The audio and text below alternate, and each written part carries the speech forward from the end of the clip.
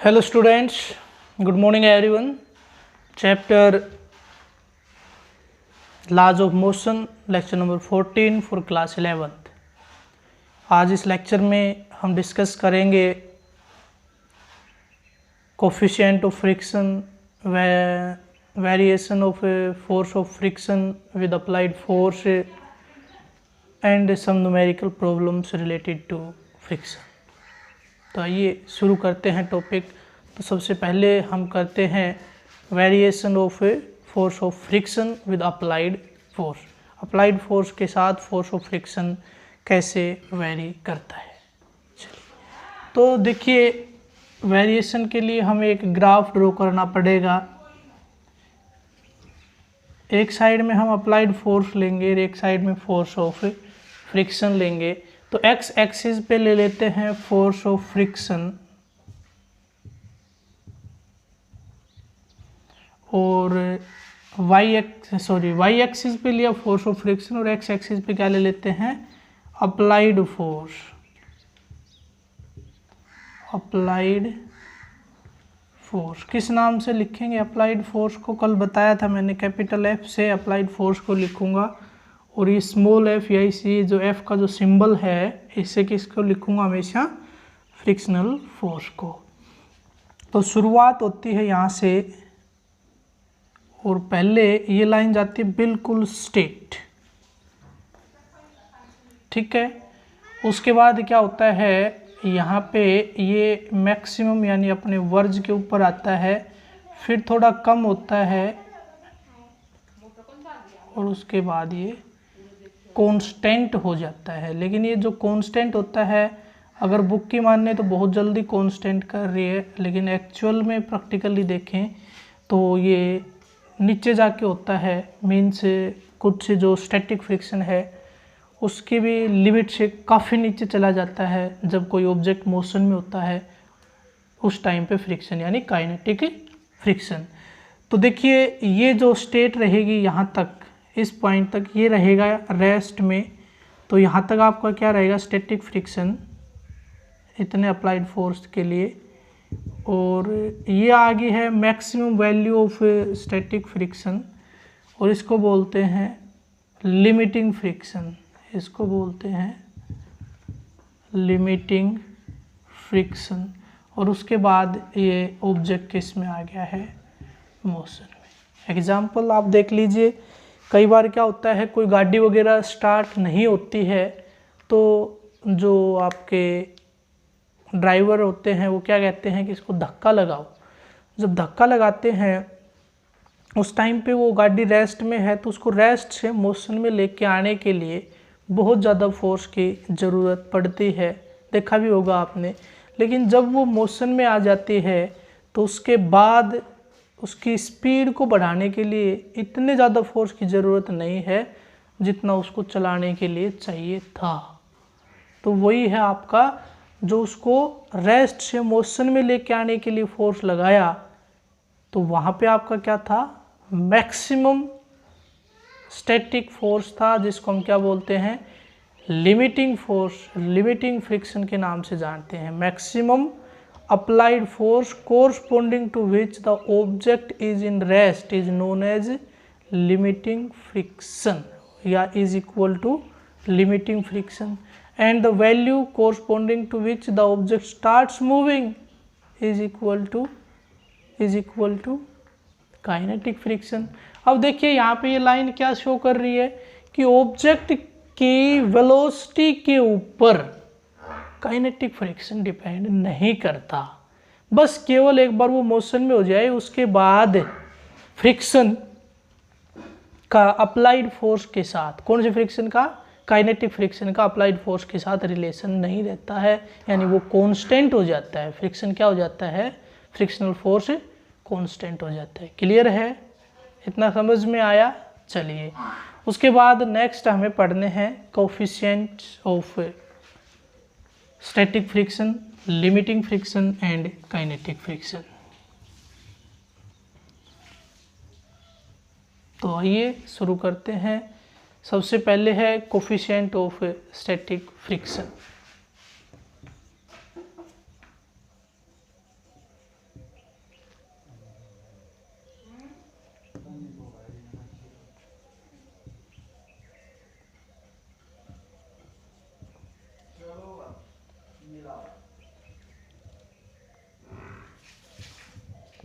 Coefficient of static friction. तो static friction का coefficient note कर लीजिए, नोट करिए। The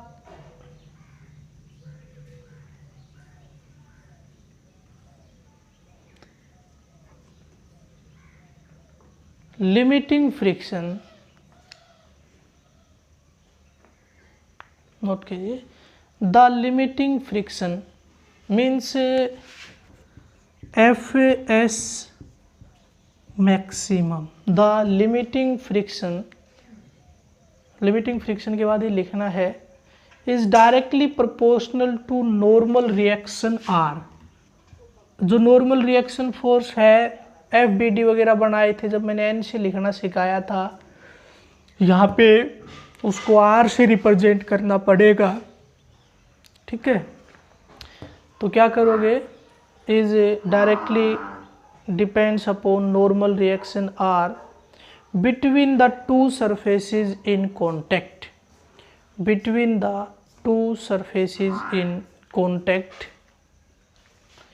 means f s maximum, f s maximum is directly depend upon normal reaction r।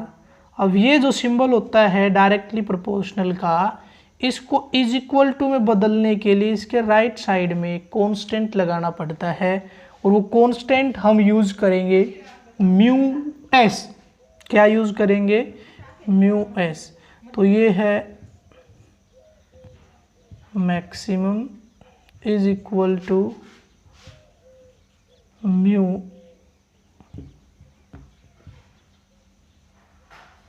S R, where mu s r is the coefficient of static friction and it is equal to mu s is equal to f s maximum upon r,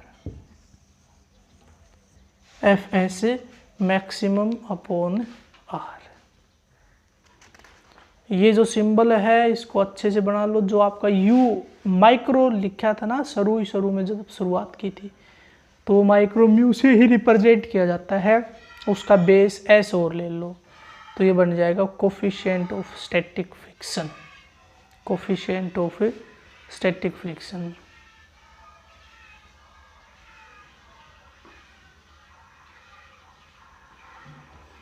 अब देखिए एक case और बनता है यहाँ पे, जब आपका स्टैटिक फ्रिक्शन होता है जब तक ऑब्जेक्ट आपका रेस्ट में रहेगा, जब तक आपका ऑब्जेक्ट किस में रहेगा, रेस्ट में। तो स्टैटिक फ्रिक्शन में तो रेस्ट में ही रहते हैं। इट मीन्स वहाँ पे जो फोर्स है, नॉर्मल रिएक्शन वाला जो फोर्स रहेगा, that is balanced by weight force mg। तो यहाँ पे जो नॉर्मल रिएक्शन है वो किसके बराबर हो जाती है, mg के बराबर हो जाती है। तो हम लिख सकते हैं और mu S is equal to F S maximum upon में mg, because when the object is in rest then the normal reaction force is balanced by mg। किस कौन बैलेंस कर देता है उसको, mg बैलेंस कर देता है। क्लियर है। चलिए नेक्स्ट आता है coefficient of kinetic friction, coefficient of kinetic friction. लेकिन देखिए मैंने यहाँ पे हेडिंग तो बनाई कोफिशिएंट ऑफ स्टैटिक फ्रिक्शन और निकाल दिया मैक्सिमम स्टैटिक फ्रिक्शन का। तो मैंने कल भी आपको बताया था स्टैटिक फ्रिक्शन को कैलकुलेट करने का कोई फॉर्मूला नहीं है। हाँ, लिमिटिंग फ्रिक्शन को कैलकुलेट किया जा सकता है। तो यहाँ पे अगर कैलकुलेट होगा तो क्या होगा, लिमिटिंग होगा, यानी एफ एस मैक्सिमम का मतलब तो क्या होगा, लिमिटिंग फ्रिक्शन हुआ। इट मीन्स स्टैटिक फ्रिक्शन को कैलकुलेट करने का कोई फॉर्मूला नहीं है, वो तो डायरेक्टली किसके बराबर होता है, अप्लाइड फोर्स के बराबर होता है। ठीक है। हाँ, लिमिटिंग फ्रिक्शन का कैलकुलेट करने का फॉर्मूला है और वो बनेगा ये। ठीक है, क्लियर है। चलिए नेक्स्ट लिखिए coefficient of kinetic friction, coefficient of kinetic friction.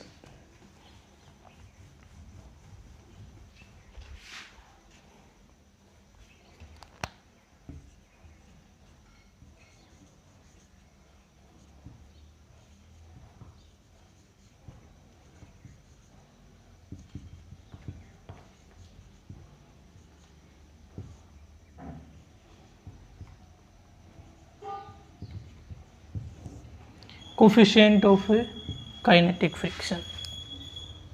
तो वही है, देखिए द काइनेटिक फ्रिक्शन एफ के is directly proportional to the normal reaction R between the surface in contact. Means F K kinetic friction को किससे लिखेंगे, F के is directly depend upon normal reaction R, और वही है राइट साइड में constant लगाएंगे। वो कांस्टेंट अब की बार क्या रह जाएगा, म्यू के। अब की बार क्या रहेगा, म्यू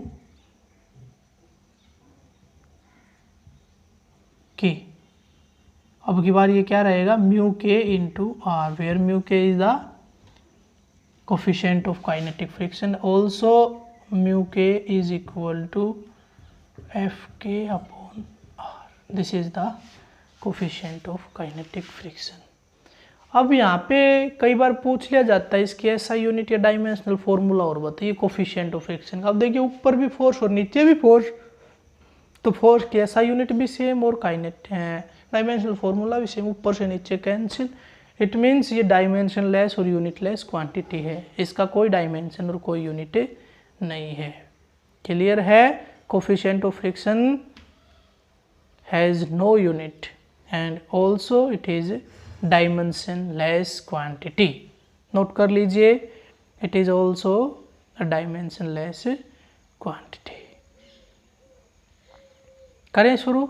चलिए अब मैं न्यूमेरिकल प्रॉब्लम्स उठा लेता हूँ जो आपके पीछे के कॉम्पिटिटिव एग्ज़ाम्स में आए हुए हैं, वो न्यूमेरिकल प्रॉब्लम्स मैं आपको सोल्व करवाता हूँ। क्वेश्चन है जो गिवन है, क्वेश्चन वो मैं लिख रहा हूँ यहाँ पे, आपको उसको नोट करना है।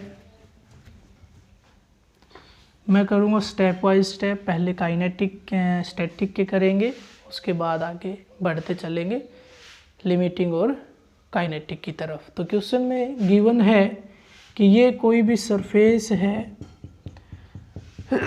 इसके ऊपर कोई ऑब्जेक्ट रखा हुआ है जिसके अंदर मास है 4 kg। Okay, we apply some force that is 10 newton. इसके ऊपर हमने फोर्स लगाया 10 न्यूटन। क्लियर। और कोफिशिएंट ऑफ काइनेटिक फ्रिक्शन, ये कह रहा है कि इसके लिए coefficient of kinetic friction given है 0.2। कोफिशिएंट एफ के यहाँ पे होगा ना, कोफिशिएंट ऑफ फ्रिक्शन का एफ के is equal to 0.2। Clear. Then find frictional force and find acceleration of 4 kg block. ये है क्वेश्चन। क्वेश्चन क्या कह रहा है, find frictional force and also find acceleration of 4 kg block.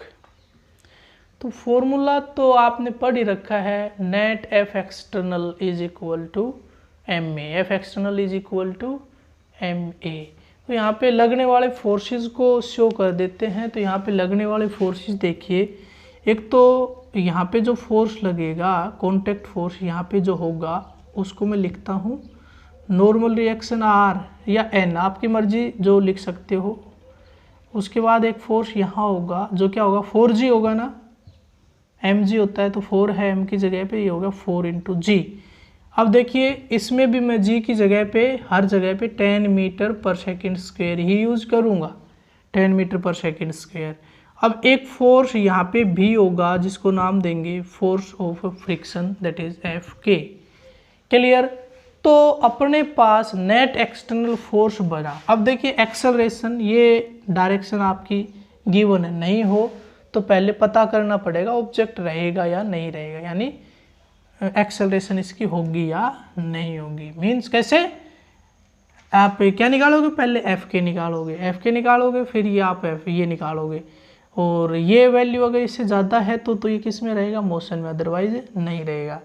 लेकिन अगर आपके पास क्या हो, यहाँ पे दोनों गिवन हो, यहाँ पे कोफिशिएंट ऑफ लिमिटिंग फ्रिक्शन यानी मैक्सिमम काइनेटिक फ्रिक्शन का जो अपने पास आया था तो वो म्यू एस के नाम से मिलता है, कोफिशिएंट ऑफ स्टैटिक फ्रिक्शन। अगर वो भी गिवन हो, सपोज वो भी गिवन है, वो है 0.3। ऐसे क्वेश्चन दे रखा है और ये कह रहा है कि सबसे पहले तो क्या निकालिए, ये काइनेटिक फ्रिक्शन निकाल दीजिए। आप क्या निकाल दीजिए, काइनेटिक फ्रिक्शन निकाल देंगे, कोई बड़ी बात नहीं है। फिर ये कह रहा है कि अगर ये ऑब्जेक्ट, पता कीजिए पहले कि ऑब्जेक्ट मोशन में होगा या रेस्ट में होगा। अगर ये मोशन में होगा तो इसकी एक्सेलरेशन निकालिए।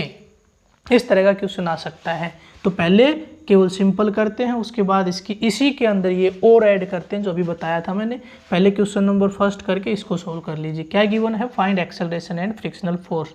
तो we know that F external is equal to M net into acceleration. तो एफ एक्सटर्नल 10 न्यूटन इस डायरेक्शन में। तो डेफिनेटली ऐसा तो है नहीं कोई ऑब्जेक्ट रखा है और वो अपने आप इधर चलने लग जाएगा, नहीं चलेगा। कहाँ चलेगा, जिस डायरेक्शन में फोर्स लगाया उधर चलेगा या फिर रेस्ट में रहेगा। लेकिन ये तो कह रहा है कि काइनेटिक फ्रिक्शन इसने तो एक ही दिया, इट मीन्स मोशन में तो है, पता करने की जरूरत ही नहीं है। तो यहाँ पे अगर आपका इसमें हमें म्यू एस और पता होता तो पता करना पड़ता पहले कि ये मोशन में है या नहीं है, लेकिन एक ही कोफिशिएंट गिवन है इसलिए मैं डायरेक्ट लिख रहा हूँ कि ये मोशन में है तो इसकी एक्सेलरेशन इस डायरेक्शन में होगी। तो इस डायरेक्शन में लगने वाले फोर्सेस क्या लेने हैं, पॉजिटिव। इसका अपोजिट क्या लेना है, नेगेटिव। तो माइनस क्या करोगे, एफ के, और which is equal to M में, एम कितना 4 इंटू ए। अब बात करते हैं एफ के की। तो एफ के अभी आपने निकाला था, एफ के इज इक्वल टू म्यू के इंटू आर। आर कितना है, R is equal to M G. R कितना है, एम जी के बराबर है। म्यू के की वैल्यू गिवन है, म्यू के इज इक्वल टू 0.2। तो एम जी की जगह पे क्या लिखूंगा, 4 इंटू 10, ये हो गया 40 इंटू 0.2। तो 10 minus 40 into 0.2 is equal to 4 into A. Solve कर दीजिए इस पॉइंट से, ये 0 ख़त्म, 4 two 8, 10 minus 8 2 upon 4 is equal to A, और ए इज इक्वल टू कितना आएगा, 0.5 मीटर पर second square. That is the result. तो आपको दो चीज़ निकालनी थी, एक तो क्या निकालना था, एफ के। तो एफ के तो आ ही गया ना आपका 8 न्यूटन, अभी निकाला है आपने। एक आंसर ये रहा और एक आंसर ये रहा। क्लियर है। आंसर जो भी आपके पूछे जाते हैं, पहले तो सबसे मेन बात ये है कि उनको नंबर डाल के ही निकालें, और फिर जो आंसर आता है उसको एक डार्क ब्लॉक के अंदर ज़रूर बंद करें। ठीक है, थोड़ा उसको डार्क ज़रूर करें, हाईलाइट ज़रूर करें, ताकि पता चल जाए कि आपका रिजल्ट क्या बना है। नेक्स्ट क्वेश्चन मैं शुरू कर रहा हूँ। चलिए ये आपके लिए टास्क दे दूँ, नहीं या करवा दूँ, चलो थोड़ा सा करता हूँ, थोड़ा सा इसका पार्ट छोड़ता हूँ ताकि आप भी कुछ सीख सको। तो सेम है, क्वेश्चन में कुछ भी चेंजमेंट नहीं किया। कुछ भी चेंजमेंट अगर नहीं किया तो फिर क्या किया कि अप्लाइड फोर्स है कि डायरेक्शन थोड़ी ही बदल दी है, ये 45 डिग्री पे, और इधर जो फोर्स लगाया इसने ये लगाया 10√2 न्यूटन। कितना लगाया, 10√2 न्यूटन। और गिवन है आपका म्यू के, क्या गिवन है, म्यू के is equal to 0.3। Find acceleration and f k, find acceleration and f k हो जाएगा। कैसे निकालोगे, तो सबसे पहले यहाँ लगने वाला फोर्स क्या होगा, म्यू के ऊपर लगने वाला क्या होगा, नॉर्मल रिएक्शन है, नीचे क्या होगा 4g। सोल्व कीजिए, इधर क्या आएगा, इधर का फोर्स चाहिए ना मेरे को, तो चलाए तो येगा, तो क्या आएगा 10√2 cos 45 डिग्री।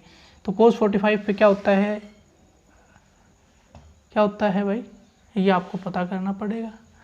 तो याद है तो बहुत अच्छी बात है, नहीं तो आप ये वैल्यू यहाँ पे रखोगे और फिर क्या करोगे, ये डायरेक्शन में एक्सेलरेशन होगी, तो ये फोर्स माइनस एफ के, फिर एफ के निकालोगे अलग से, एफ के इज इक्वल टू म्यू के इंटू में R, R is equal to M g into में एम जी। ये निकालोगे, एक आंसर यहाँ से आ जाएगा। दूसरा आंसर 10√2 cos 45 माइनस एफ के is equal to 4 into a. solve this for a, that is the result. Answer भी मैं बता देता हूँ, 0.25 मीटर 0.25 मीटर पर सेकेंड स्क्वायर और फोर्स आएगा 9 न्यूटन। एफ की कितना आएगा 9 न्यूटन, देख लेना, ठीक है, करके देख लेना भाई, जो भी आए वो यहाँ पे लिख देना है। चलिए नेक्स्ट की तरफ बढ़ते हैं। क्वेश्चन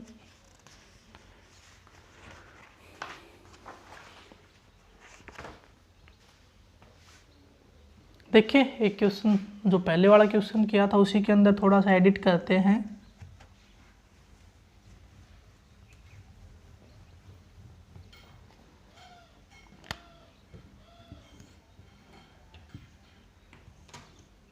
ये 4 kg था, एज इट इज रखता हूँ। इधर लगने वाला फोर्स 10 न्यूटन था, एज इट इज रखता हूँ। यहाँ पे जो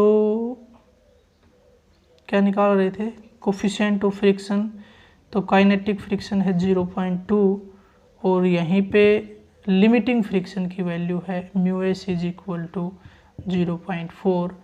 इधर आपका क्या लगेगा, फोर्स ऑफ फ्रिक्शन कौन सा, F लिख देता हूँ, मैं दोनों लगेंगे, स्टैटिक भी और काइनेटिक भी। उसके बाद इधर रहेगी आपका नॉर्मल रिएक्शन फोर्स और नीचे क्या रहेगा 4g, है ना। चाहो तो आप FBD बना सकते हो या फिर डायरेक्ट भी इसको कर सकते हो, कोई ज़रूरी भी नहीं है FBD बनाना, सारे फोर्सेस आप इसी डायग्राम में दिखा भी सकते हो। चलिए अब देखिए, सबसे पहले हमें पता करना पड़ेगा कि ये ऑब्जेक्ट मोशन में है या नहीं है।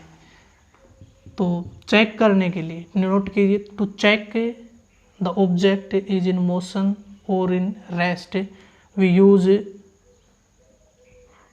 For coefficient of static friction. किसकी वैल्यू यूज़ करते हैं, कोफिशिएंट ऑफ स्टैटिक फ्रिक्शन। तो we know that 10 minus F S is equal to M A. तो अब देखिए यहाँ पे अगर ये जो वैल्यू है 10 की जो वैल्यू है ये एफ एस से ज़्यादा हो, it means if f external is greater than f s then the object is in motion. ये है कंडीशन। मोशन की कंडीशन क्या है, ये है, चेक इट। तो एफ एक्सटर्नल 10 न्यूटन है, तो पहले क्या निकाल लीजिए, एफ एस निकाल लीजिए। F S is equal to क्या आएगा, काइनेटिक लिमिटिंग फ्रिक्शन की value 0 into 4 into normal reaction, वो है 40, ठीक है। इससे ये कैंसिल हुआ तो ये हो गया 16 newton. F S is equal to 16 newton. कितना हुआ, 16 न्यूटन। इट मीन्स यहाँ पे तो कुछ अपोजिट ही हो गया, F S is greater than F external, यानी लिमिटिंग फ्रिक्शन की वैल्यू एफ एक्सटर्नल से ज़्यादा है।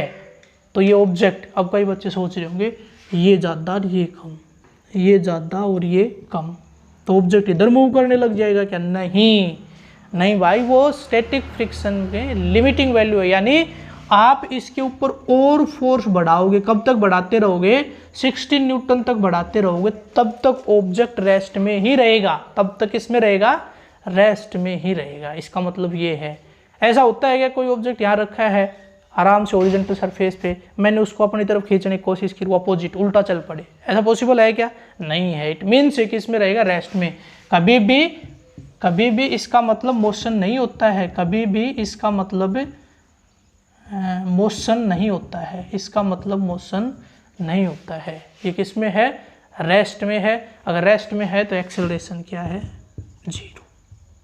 रेस्ट में है तो एक्सेलरेशन क्या है, 0 है। हो गया ना पूरा, कुछ भी निकालने की जरूरत नहीं पड़ी। ऑब्जेक्ट किस में है, रेस्ट में है तो एक्सेलरेशन क्या होगी, 0 होगी।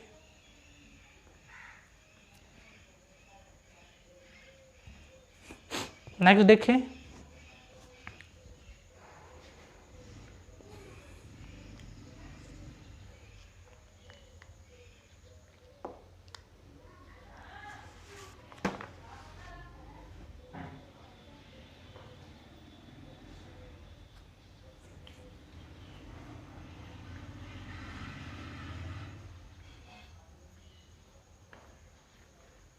क्वेश्चन है find frictional force and acceleration.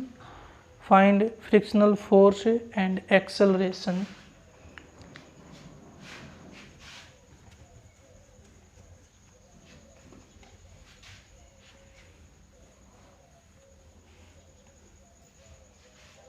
अच्छा सा क्वेश्चन लेता हूँ, चलिए अच्छा सा क्वेश्चन लेता हूँ। शायद आप सोच रहे होंगे कि बोर हो लिए हम तो ऐसे ही कर करके, ये ले अच्छा लो, है ना। ये ले लेता हूँ, इसके अंदर मास ले लेता हूँ 10 kg, क्लियर। एंगल ले लेता हूँ 37 डिग्री, कितना ले लेता हूँ 37 डिग्री। वैल्यू गिवन है mu S is equal to 0.3 and mu के इज इक्वल टू 0.2। ये जो म्यू के है ना, ज़्यादातर केसेस में 0.2 और 0.1 मिलेगा, ये इससे ज़्यादा बहुत कम चांसेज है मिल जाए। ऐसे म्यू एस 0.3 और 0.4 मिलेगा, ये इससे ज़्यादा नहीं मिलेगा, ठीक है। फिक्स नहीं है, लेकिन फिक्स नहीं है। ये अपने पास गिवन है। अगर ये गिवन है तो सबसे पहले आपको ज़रूरत है इसका FBD बनाने की। निकालना क्या है, acceleration and force of friction. तो सबसे पहले हमें पता करना पड़ेगा कि ऑब्जेक्ट रेस्ट में है या मोशन में है। तो ये पता करने के लिए क्या करना है, पहले म्यू एस का यूज़ करना है। इसका यूज़ करके हम पता करेंगे कि ऑब्जेक्ट रेस्ट में है। नोट कर लीजिए यहाँ पे, सबसे पहले म्यू एस का यूज़ करके हम ये पता करेंगे कि ऑब्जेक्ट रेस्ट में है या मोशन में है। ऑब्जेक्ट मोशन में केवल और केवल तभी होगा जब अप्लाइड फोर्स की वैल्यू फोर्स ऑफ फ्रिक्शन से ज़्यादा हो जाए। फोर्स ऑफ स्टैटिक फ्रिक्शन से ज़्यादा हो जाए, लिमिटिंग स्टैटिक फ्रिक्शन से ज़्यादा हो जाए, direct force of limiting friction से ज़्यादा हो जाए, ये केस रहेगा। चलिए FBD देखिए, यहाँ पे सबसे पहले ये पॉइंट, इस पॉइंट पे लगने वाले फोर्स, इस पे एक फोर्स इस डायरेक्शन में लगेगा जिसको नॉर्मल रिएक्शन N बोल लेंगे, ठीक है, और एक लगेगा इस डायरेक्शन में जिसको tan G बोल लेंगे। तो एक नीचे की तरफ, एक कहाँ लगा नीचे की तरफ जिसको मैंने नाम दिया tan G, एक लगा इस लाइन के ऊपर, एक लगेगा इस लाइन पे। तो अब देखिए ये ऑब्जेक्ट की टेंडेंसी कहाँ चलने की है, नीचे की तरफ चलने की है ना। कहाँ चलने की है, नीचे की तरफ चलने की है। इसलिए यहाँ पे जो फोर्स ऑफ फ्रिक्शन है वो आपका इधर होगा। फोर्स ऑफ फ्रिक्शन किधर होगा, इधर, क्लियर। अब ये जो लाइन है इसको थोड़ा मैं कंप्लीट कर देता हूँ ऐसे करके। एक फोर्स इधर भी लगेगा, वो क्या लगेगा अभी पता करते हैं। सबसे पहले इसके ऊपर परपेंडिकुलर डालिए, इसके ऊपर परपेंडिकुलर डालोगे ये बनेगी नॉर्मल रिएक्शन फोर्स, इसको बैलेंस करने वाला फोर्स। तो ये एंगल अगर थीटा है तो मैंने बताया था इस पे परपेंडिकुलर डालोगे, इस पे अगर ये लाइन देखोगे तो ये एंगल भी क्या होगा आपका 37 डिग्री। तो यहाँ पे क्या आएगा tan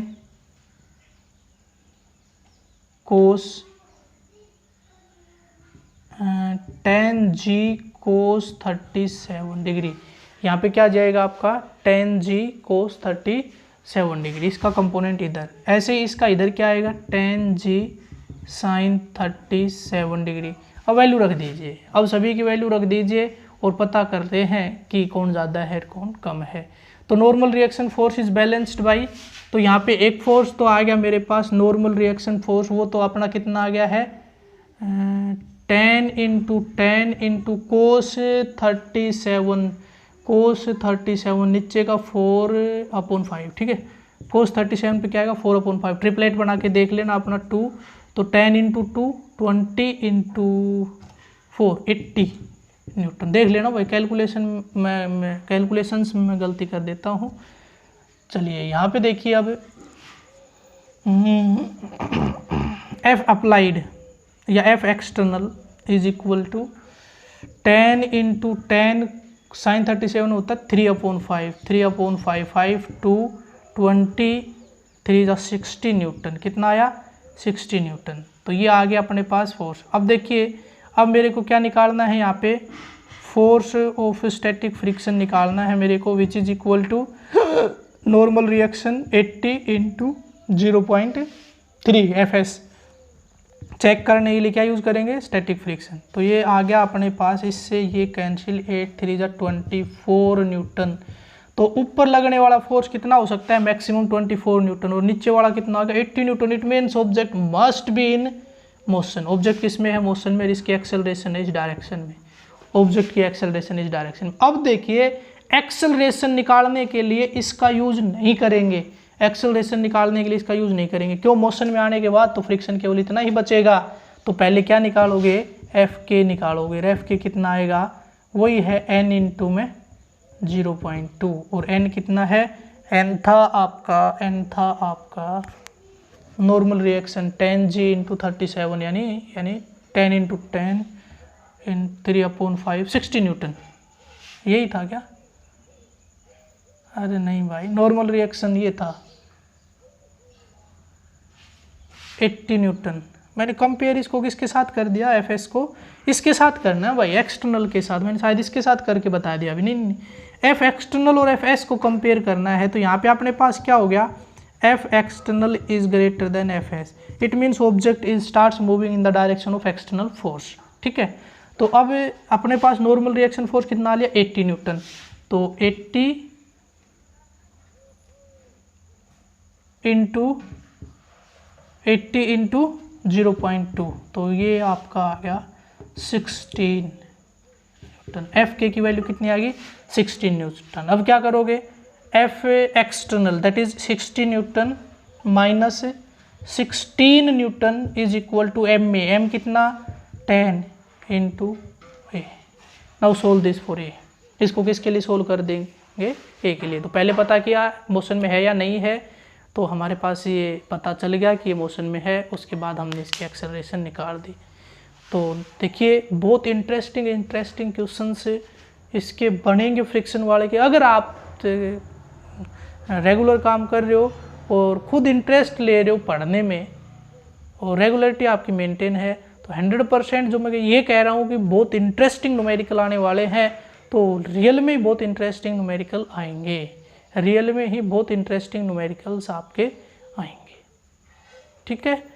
बहुत अच्छे न्यूमेरिकल्स आएंगे इससे रिलेटेड, जिनको हम सोल्व करेंगे और नेक्स्ट वीडियो में उनको देखते हैं। तो ये अपना कंप्लीट कर लें, 2 कैलकुलेशन ही छोड़ दें, शायद कंप्लीट न्यूमेरिकल कोई नहीं छोड़ा टास्क के लिए। तो कैलकुलेशन करके और अपनी नोटबुक को मेंटेन करके केवल और केवल जो बच्चे लगातार चेक करवा रहे हैं वो तो आज के वीडियो का ही वर्क भेजेंगे केवल, और जिन बच्चों ने कई दिन से टास्क सेंड नहीं की है वो मेरे पास से पिछले 3 वीडियो, यानी आज वीडियो नंबर 14 है, 10 से लेके 14 तक, यानी 11, 12, 13, 14, ये 4 वीडियो का वर्क मेरे पास आज सेंड करेंगे। आज के वीडियो में इतना ही, थैंक्स।